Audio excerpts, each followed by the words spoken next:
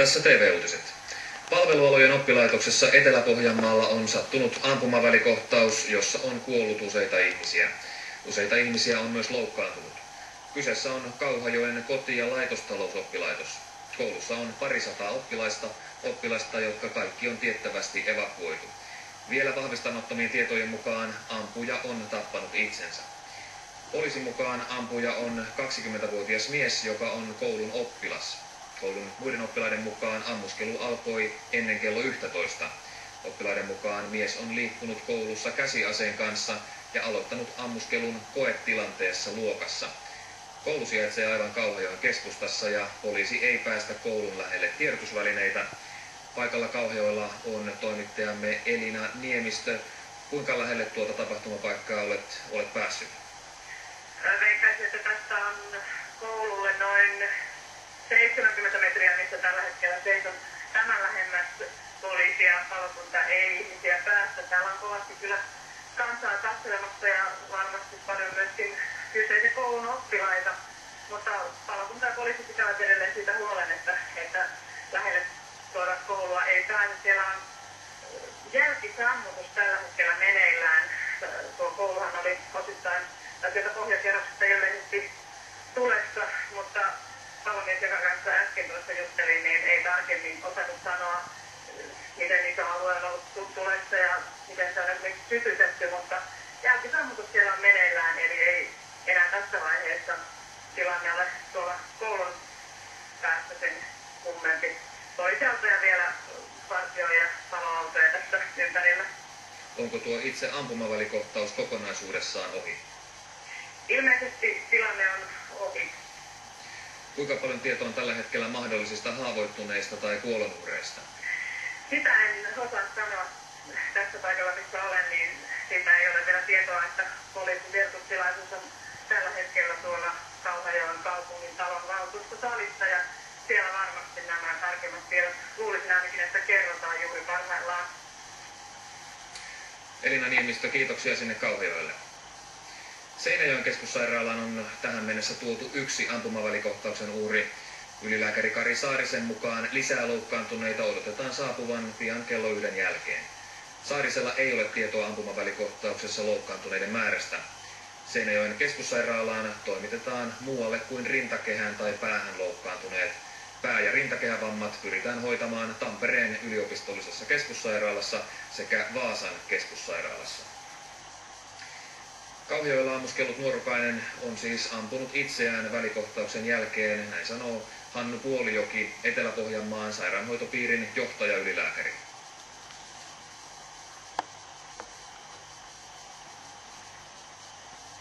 Tiedämme sen, että joku luokan oppilas on kyseisessä oppilaitoksessa aamulla ruvennut ammuskelemaan tai aamupäivällä muita, haavoittanut useita ja ilmeisesti surmannut joitakuita tarkoista lukumääristä ei ole tietoa. Tilanteen selkiytymistä on vaikeuttanut se, että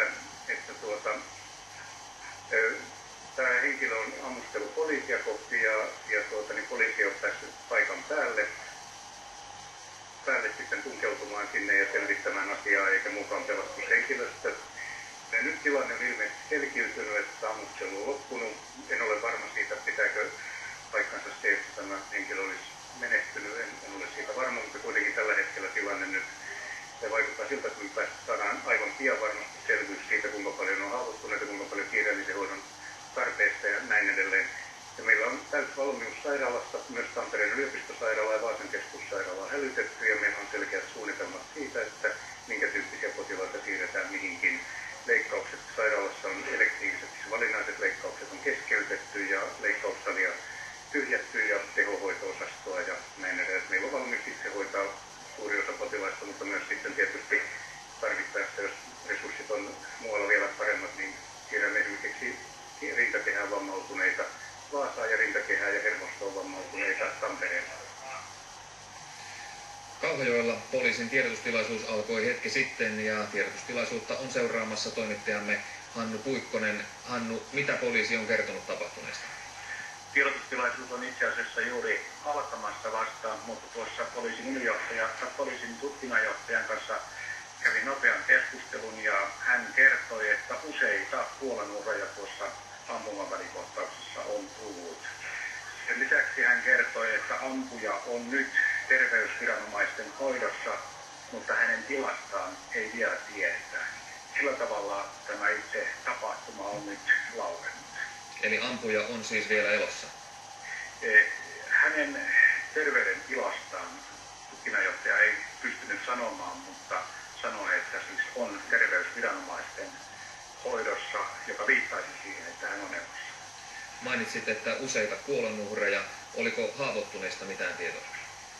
Hänellä ei haavoittuneista ollut tietoa, mutta annettujen jo etukäteen esimerkiksi Seinäjoen sairaalasta annettujen tietojen mukaan haavoittuneitakin on, mutta lukumääristä ei todellakaan tässä vaiheessa ole vielä mitään tarkkaa sanottavaa.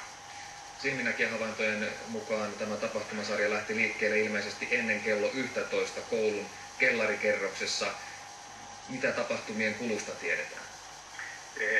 Silminnäkijän kertoman mukaan huppupäinen mies tunkeutui tuonne kouluun ja hakeutui tänne kellaritilaan opiskelijoiden ääreen, jotka olivat suorittamassa jukinmoista koetta siellä, ja avasi ilmeisesti automaattipistoolilla tulen opiskelijoita kohti ja ampui useita laukauksia. Ja silminnäkijä myös oli nähnyt haavoittuneita ihmisiä. Ja kyse oli ilmeisesti aikuisopiskelijoista, näin kerrotaan. On myös puhuttu, että ampuja itse olisi kyseisen oppilaitoksen oppilas. Mitä ampujasta tiedetään? Ampujassa täällä ei ainakaan tällä hetkellä ole kerrottu, eikä oikeastaan tiedetä mitään muuta kuin, että hän oli mies. Hannu Puikkonen, kiitoksia sinne poliisin tiedotustilaisuuteen. Palaamme seuraavissa lähetyksissämme, jolloin tiedot tarkentuvat, kun tuo tiedotustilaisuus pääsee liikkeelle.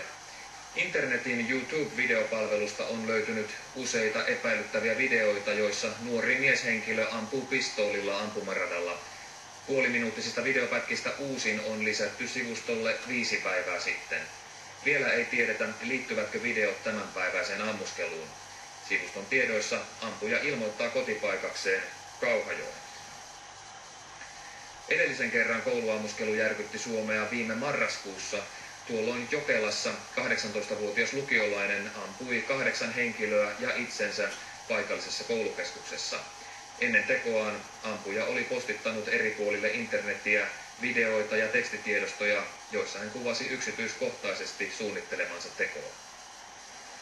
Marraskuun 7. päivä vuonna 2007 Tuusulan kunnassa Jokelan koulukeskuksessa maalaisidylli murtuu lopullisesti. Koulun oma oppilas, 18-vuotias lukiolainen, aloittaa ennen puolta päivää silmittömän ammuskelun käsiaseella. Mielenterveysongelmista kärsinyt nuori mies on valmistellut tekoaan pitkään. Hän on kertonut aikeistaan muun muassa internetin keskustelupaastoilla. Lisäksi hän on levittänyt internetiin kuvamateriaalia ampumaharrastuksestaan. Jokelan ampumavälikohtaus kesti runsas 2 tuntia. Kun poliisin erikoisryhmä pääsi rakennukseen, kaikki oli jo ohi. 5 koulun oppilasta, rehtori ja terveydenhoitaja oli ammuttu kuoliaaksi. Tekijä itse oli haavoittunut hengenvaarallisesti ja kuoli muutama tuntia myöhemmin sairaalassa. Jokelan tragedian jälkeen julkisuuteen on esitetty lukuisia uhkauksia vastaavanlaisten veritöiden suunnittelusta. Suomi oli ennen Jokelaa vastustanut EU:n toivomaa asedirektiivien kiristämistä. 2 päivää tapahtuman jälkeen hallituksen mieli muuttui. Nykyisellään alaikäisille ei enää myönnetä lupaa omaan aseeseen. Seuraamme Kauhajoen tapahtumia lähetyksissämme internetissä, radiossa sekä täällä TV:ssä ja myös teksti-TV:n puolella. Nettisivujen kautta voitte lähettää meille myös omia tietojanne ja kuvianne tapahtuneesta. Seuraava uutislähetyksemme täällä TV:ssä on tunnin kuluttua ja ylimääräinen ruotsinkielinen TV nyt kello 13.30 FST 5-kanavalla. Kertaan vielä, että myös Yle Teemalla alkaa kello 15.30 Opettaja-TV:n suora lähetys. Haastateltavana on muun muassa opetusministeri Sari Sarkomaa. Ja vielä kertaus Kauhajoen tapahtumista. Poliisin mukaan siis useita ihmisiä on kuollut ja haavoittunut Kauhajoen koti- ja laitostalousoppilaitoksen ampumavälikohtauksessa.